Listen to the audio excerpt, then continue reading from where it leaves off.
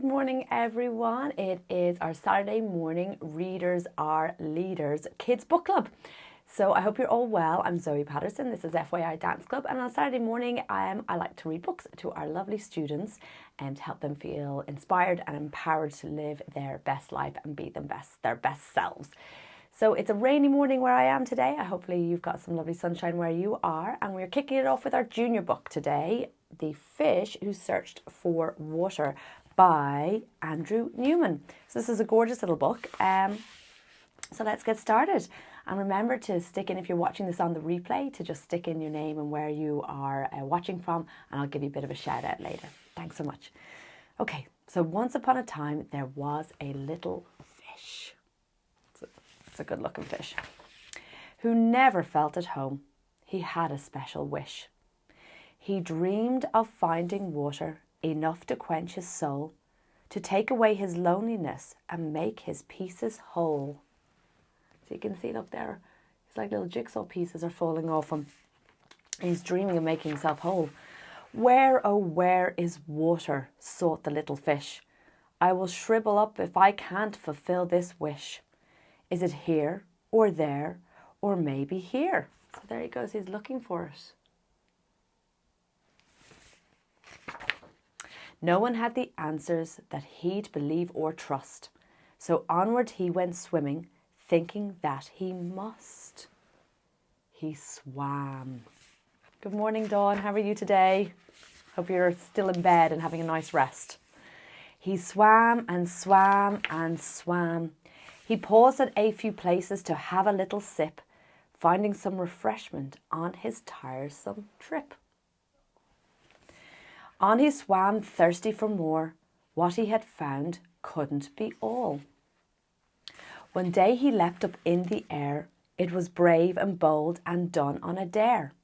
He thought, if I can get the view of a bird, I'll soon find water, or so he had heard. So look, he's trying to get up out of the water, doesn't realise he's in the water.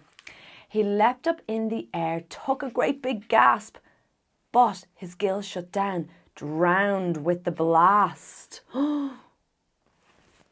Thankfully, gravity pulled him back in to where he could breathe and where he could swim.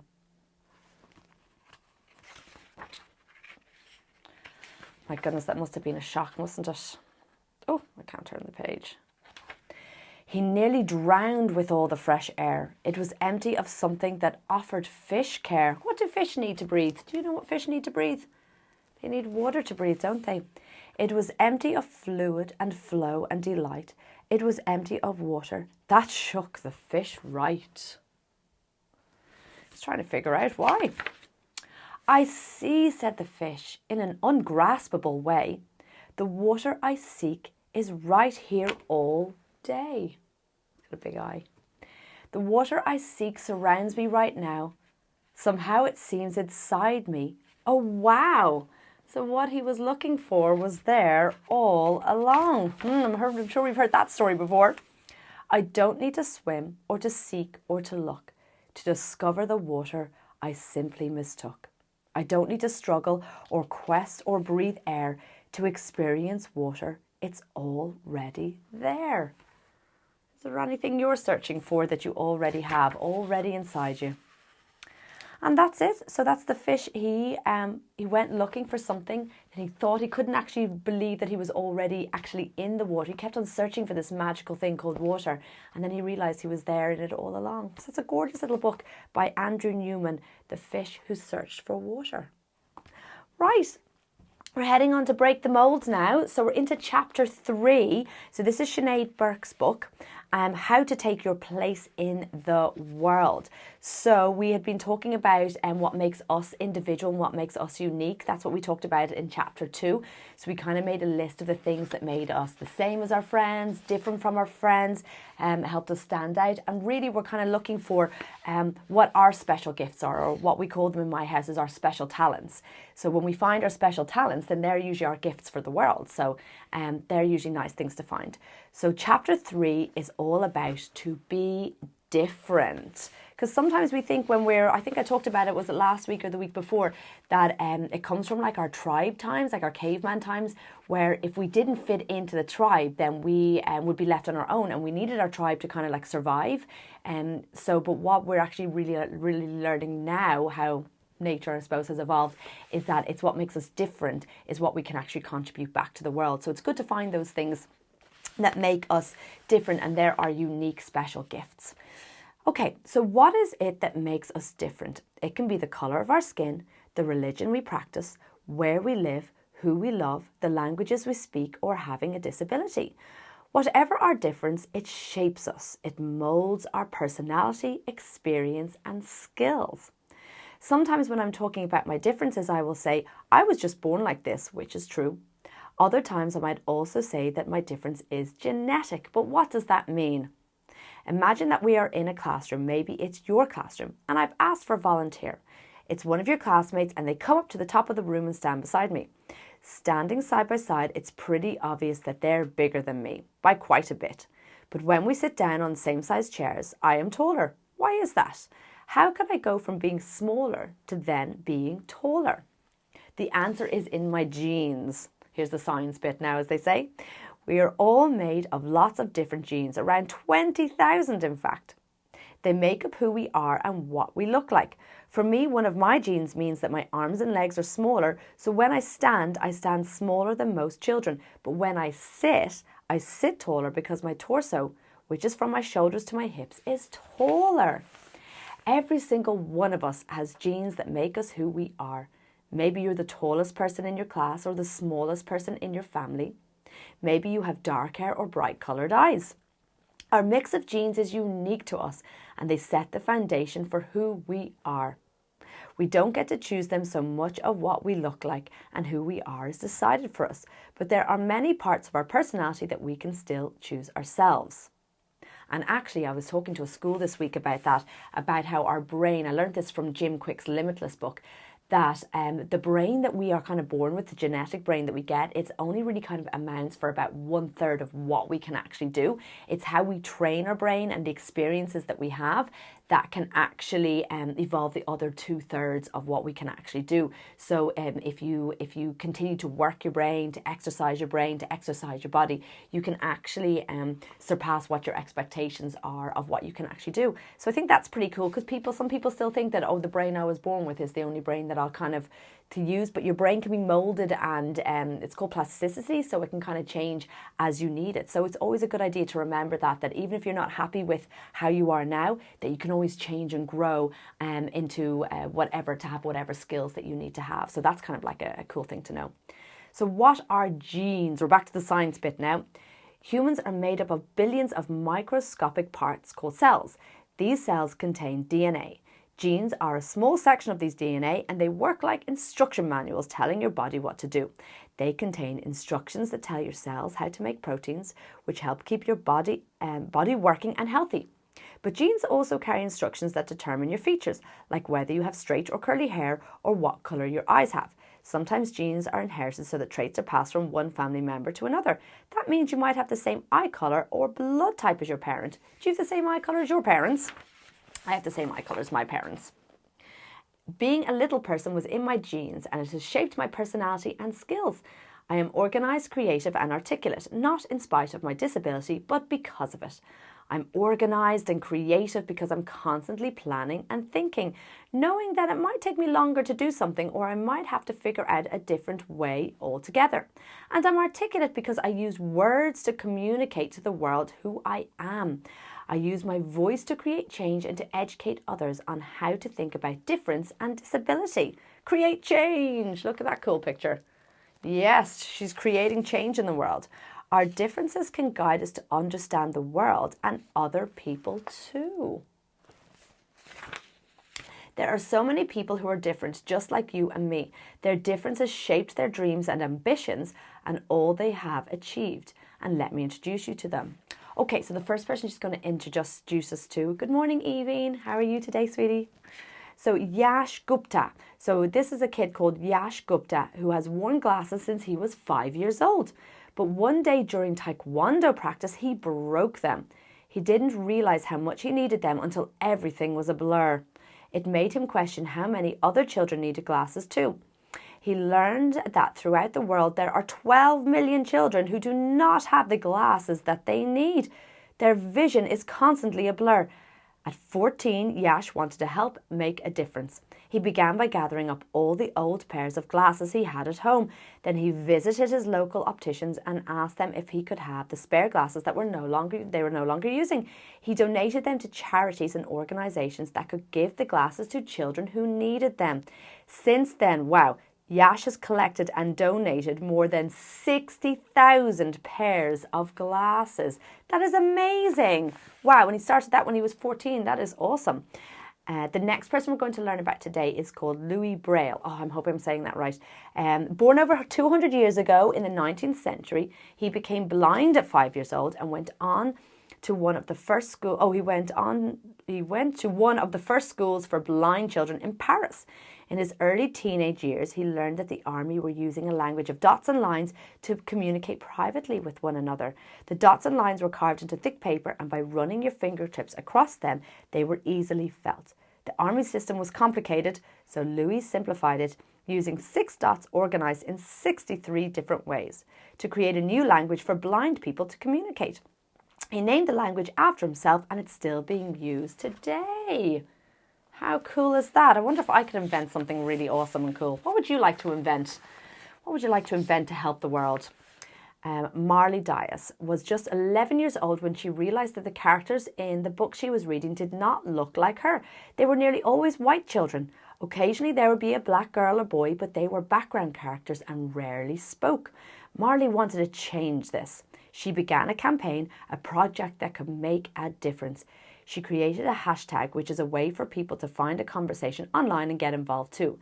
Marley's campaign was called hashtag Black Girl Books, and her dream was to find and collect 1,000 books where the main characters were young black girls just like her. In a very short time, she collected over 9,000 books and proved to the world that stories are important and we all deserve to pick up a book and see ourselves in it. Isn't that awesome? So what about you? Thinking of Yash, Louis and Marley, they each have different identities. Identities shaped by genetics, by culture and where and how they live. Their identities have shaped their personalities, skills and dreams. What makes them different is what makes them unique. But they have also used their experiences to make a real difference to the world around them. For Yash, wearing glasses helps him to see. He didn't realise how important his glasses were to him until they broke and his vision was blurred. It made him question if he was alone, if he was the only person who wears glasses. He learned that lots of people need to wear glasses and not everyone can access or afford them. Knowing how important they were to him, Yash found, collected and donated glasses so that thousands of other children could see the world as clearly as him. Without Yash's difference, he probably would never have created the project and changed the world. We are all different and these experiences shape our personalities, skills and dreams in unique and brilliant ways. But what makes you unique and different? Take a second to think about your differences and how they have shaped you. Maybe you are sensitive, but those sensitivities mean that you might be able to help your friends or a brother or sister when they are upset. You may know what to say to give them comfort and help them feel better. Or you could use your list of the things that make you to guide you. Is it the way you look, the way you walk, the language you speak, or how you talk? Is it your culture or religion? Is it your wheelchair or your hearing aid? Or is it something invisible, something that people can't see? Noting what makes you different, being proud and celebrating who you are is brave and important, but not always easy. There are times when we might feel like we are alone, that we don't belong and that we don't have a place in the world. But I promise you the things that make you unique can be a very powerful tool. And when you realise this, the world is yours and you can dream and achieve the impossible. Wow, what would that be like? Oh my goodness. And she has a note here for us. You are enough as you are. You don't need to change to make a difference, but embracing what makes you different can create a change. That's super, super important. I love that. I absolutely love that. So there is one way you can use your difference to break the mold and create change. But to help you find your way, here's a list of things that have helped me. 5 steps for identifying your differences and using your voice to take a place in the world. And here she's saying, use your voice. Okay, so we're ready to learn what Sinead's tips are. So Sinead's tips for embracing your difference and making your mark. Okay, so these are the ones we're going to listen to for this week. So number 1, accept yourself, warts and all. Growing comfortable with who you are and learning to recognize what makes you different, unique and interesting takes time. These are part of yourself that you might love, like or hide. But all of those things should be symbols of pride, not embarrassment. And feeling proud of them will encourage other people to celebrate those parts too. Learning to accept yourself will not only help your dreams and ambitions a reality, but it will give others the courage and confidence to do that too. Remember those important lists you made about your dreams and ambitions, about the qualities and factors that make you who you are, and the things you can say to make you feel proud of who you are. Take a look at them now, and whenever you need a little extra help accepting yourself, warts and all. Okay, step number 2. Good morning, Evie. Thanks for that. Be curious. Have you ever wondered how you're different to the other people in your class? Well, I know the children at F.Y.I, they're very curious. They love to ask questions. Or wondered about how they seem different to you? Or have you thought about why we do things in a certain way? Learning about the world, different perspectives and new ideas have never been easier or more important. So understanding people from different backgrounds, experiences and beliefs will help make the world a better place and you a better person. We can do this by asking questions as long as they are kind and appropriate. We can also read books or watch films where the characters look different to you so that you can learn about their experiences and ways of life. And if people ask you about your experiences, share stories about parts of your life, culture, beliefs or genetic makeup that make you proud of who you are. Okay, step number 3, find your people. So this is our tribe. We have a nice tribe going on in F.Y.I, don't we? When I was 7 years old, my parents found Little People of Ireland, an organisation for little people and their families. The idea was to create a community for people who share a common bond to come together, to share advice and to make lifelong friends with people who understand your experiences. It was one of the moments that changed me because all of a sudden there were other children who looked like me and families who were like my family. No matter what your experience, try to find people who you trust, your friends, parents, a grandparent, a brother or a sister, people who will support you and celebrate you as you race towards your goal. Note, finding friends is important, and sometimes you might have 1 friend, 4 friends, or a whole group of friends. It doesn't matter how many friends you have, but it's the kind of friends they are that's important. Don't settle for the people who don't make you feel good about yourself, who say and do cruel things, maybe to be cool or popular. They're not true friends. Find the people who make you happy, and you can do that for them too. I was only saying to one of the groups today, I'm loving actually our little walks to and from our outdoor classes because I get to have loads of cool conversations with the kids. And I was actually telling the kids that when I was going to dance class, none of my friends from school went to dance class. So I was the only person, and every dance class that I went to, I didn't have any friends from school. But what it made me really good at is making friends wherever I go. So it meant that I was brave enough that I went and spent a month in Africa working in an orphanage. And I also went over to England a couple of times to train, and I've been all across America as well. And I was brave enough because I had learned how to make friends wherever I go. So some people don't like coming to their dance class because they don't have friends from school there. But I always say to them that this is a great experience because it teaches you how to make friends, and it also puts you, places where like she says, have a common bond. So you all come to dance class because you all love dancing. And that's when I used to go to dance class. They all loved dancing, so it was easy for me to make friends with them because we all love to dance. So I always say to the F.Y.I students, never be afraid if your friend doesn't turn up. So if your friend from school doesn't turn up to class, it's just an opportunity to make new friends and learn about yourself as well. So that's pretty awesome too. Okay, step 4 out of 5. Be kind to you. It's important to always remember to be kind to yourself. We all have that voice in our heads that sometimes whispers that we're not good enough, that we shouldn't try, that our dreams are for someone else to achieve, and that we should just give up. But the voice doesn't speak the truth. That voice is our fears and our nerves coming to life. So be kind to you. Turn that voice off. Lower the volume and don't listen to it. Instead, program the voice in your head to say, you are good enough. You need to give this a try. You are the best person to do this. Your dreams are so close, they're almost a reality. Never give up. And this is a great point as well, because I have a Zoom in a little bit today with some students. I have 7 students from the senior classes who are taking part in an Ireland, a nationwide project called Let's Dance. It's the Let's Dance Challenge. And they have to go to a Zoom dance class with 70 other dancers from all over Ireland, and they're learning from 2 professional choreographers and from a group called Human Collective, Matt and Jack, I think their names are. And so they have to go to a Zoom with 70 other dancers and learn their concept of doing dance, and then come together to create a piece. And we're going to be videoing it for the Crinne No project as well on the 12th of June. So they're being super, super brave. And yeah, because imagine going to a dance class with 70 other people. Oh my goodness, they said there's just pages and pages of people. But they are going to give it a try. And they are the best person to do this, and their dream is to be able to put these workshops on. So keep an eye out for that coming soon. Okay, final one for today, step number 5. Don't settle for the status quo. If someone tells you that something is impossible or it cannot be done, ask them why. The status quo is a way of describing the way the world currently works. But this can and should change, and you have the ability and opportunity to do that. The impossible only seems impossible because it hasn't happened before. You can make a difference and make a change. And like Even thinks, oh, I love dance class and love dance club. I love you too, Evie, I love you guys coming to the dance club.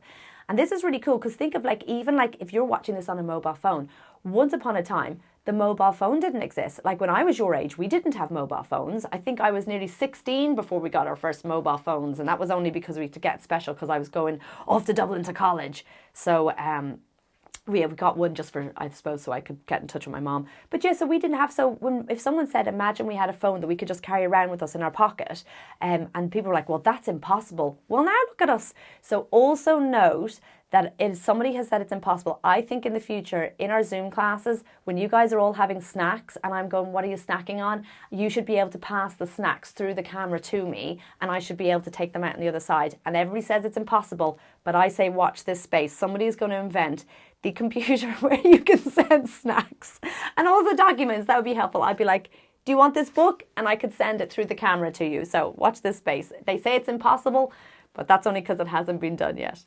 It takes time to accept yourself just as you are. There will be days when you feel invincible and others when you wish that you could be like everyone else. But being different is part of you. It's part of me. It's part of being us, and there's no one quite like you and me. Allow these 5 tips to be your guide to remind yourself whenever you need a boost. Are you just thinking about snacks now? I don't know what it is about Zoom. Why does everybody want to have snacks? Well, we're doing very well in our outdoor classes, and even though people are bringing snacks, they're waiting until the end of class to eat them. So guys, that is what we're going to do for chapter 3 today in Break the Mould. And then earlier on, I did the fish who searched for water. So that little fish who was just swimming around because they thought they were missing something. They thought they were missing the water, and he kept on swimming until he actually managed to jump out of the water looking for it and realised he'd been swimming in water all along. So sometimes when we think we need something, whether it's confidence or love or acceptance, sometimes it's there inside of us. We just have to find and look for it as well.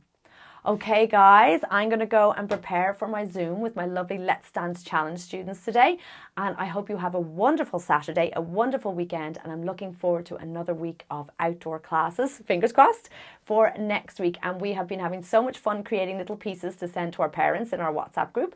So that has been a lovely little boost. And I'm looking forward to seeing what we will create this week. Okay, guys, I will say have a happy weekend. And I'll see you in class next week. And if you're not an F.Y.I. dance club, then do get in touch if you want to try it at a class with us, or come and join our book club on a Saturday morning. Okay, see you guys. Have a wonderful weekend. Thank you.